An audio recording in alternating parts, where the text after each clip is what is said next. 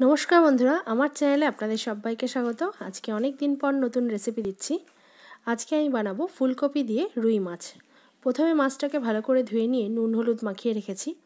एबार बड़ो साइजेर आलू लम्बा लम्बा टुकरो करे केटे रेखेछि और फुलकपिटाके नुन हलुद माखिए एकटू सामान्य 2 मिनिट भापिए नियेछिलाम प्रथमे, तारपर नुन हलुद माखिए रेखेछि। एबार मिक्सिते बड़ो साइजेर एकटा टमेटो कुचि करे नियेछि और এখানে আমি 3টে কাঁচা লঙ্কা দিয়েছি আর বেশ অনেকটা আদা দিয়েছি, কারণ ফুলকপি আলু মাছ অনেকটা ঝোলটা হবে তাই আদার পরিমাণটা একটু বেশি দিয়েছি। আর কাঁচা লঙ্কাটা নিজেদের ঝাল যে যেমন খায় সেই অনুযায়ী। এবার মাছগুলো আমি ভেজে নিচ্ছি। মাছগুলো ভাজা হয়ে গেলে ফুলকপিগুলো ভেজে নেব। ফুলকপিগুলো বেশ নুন হলুদ আগে থেকেই মাখিয়ে রেখেছিলাম। এবার আমি ফুলকপিগুলো দুবারে ভাজছি, একসাথে সব ফুলকপি দিইনি। ফুলকপি একটু লালচে কালার হয়ে গেলেই তুলে নেব। ফুলকপি ভাজা হয়ে গেলে এবার লম্বা করে কেটে রাখা আলুর টুকরোগুলো ভেজে নেব। আলুগুলো ভাজার সময় এর মধ্যে পরিমাণ মতো হলুদ আর নুন দিয়ে দিলাম। এবার ভালো করে মিশিয়ে নিয়ে বেশ লালচে করে আলুগুলো ভেজে নেব। আলুগুলো বেশি হাই ফ্লেমে ভাজিনি, লো ফ্লেম আর মিডিয়াম ফ্লেমে বেশ লালচে করে ভেজে নিয়েছি। বেশ প্রায় অনেকটাই সেদ্ধ হয়ে এসছে আলুগুলো। আর এবার আলুগুলো তুলে ফোড়ন দিয়ে দিচ্ছি। হাফ চামচ মতো গোটা জিরে আর 2টো শুকনো লঙ্কা আর দারচিনি এলাচ আর তেজপাতা ফোড়ন দিয়ে দিলাম।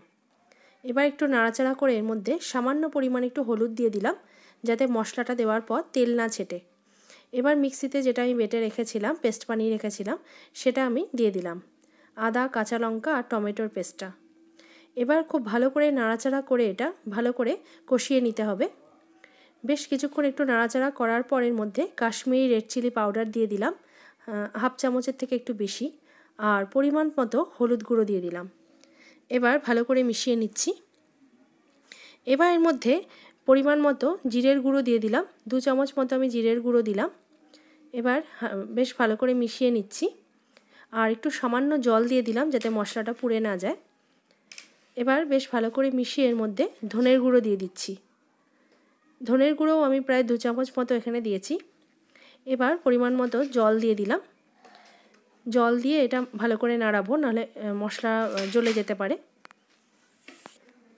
এবার এর মধ্যে সামান্য পরিমাণ করে জল দিয়ে এটা কষাতে হবে বেশ কিছুক্ষণ। বেশ ভালো করে কষানো হয়ে গেলে এর মধ্যে এবার আলু আর ফুলকপির টুকরোগুলো দিয়ে দিচ্ছি।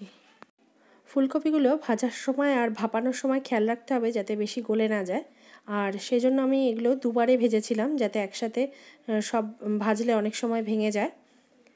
এবার মশলার সাথে বেশ ভালো করে আলু আর ফুলকপিটা কষিয়ে নিয়েছি।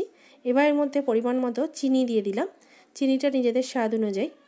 এবার মিক্সির বাটিতে জল দিয়ে সেই জলটা কিছুটা দিয়ে দিলাম এর মধ্যে। এবার জল দিয়ে বেশ ভালো করে এটা কষিয়ে নেব। এবার একেবারে ঝোল দিয়ে দিয়েছি, যার যেরকম ঝোল লাগবে সে সেরকম পরিমাণ জল দেবে। আর পরিমাণ মতো এর মধ্যে নুন দিয়ে দিলাম। এবার এটা ঢাকা দিয়ে কিছুক্ষণ হতে দেবো যাতে সব কিছু ভালো করে সেদ্ধ হয়ে যায়।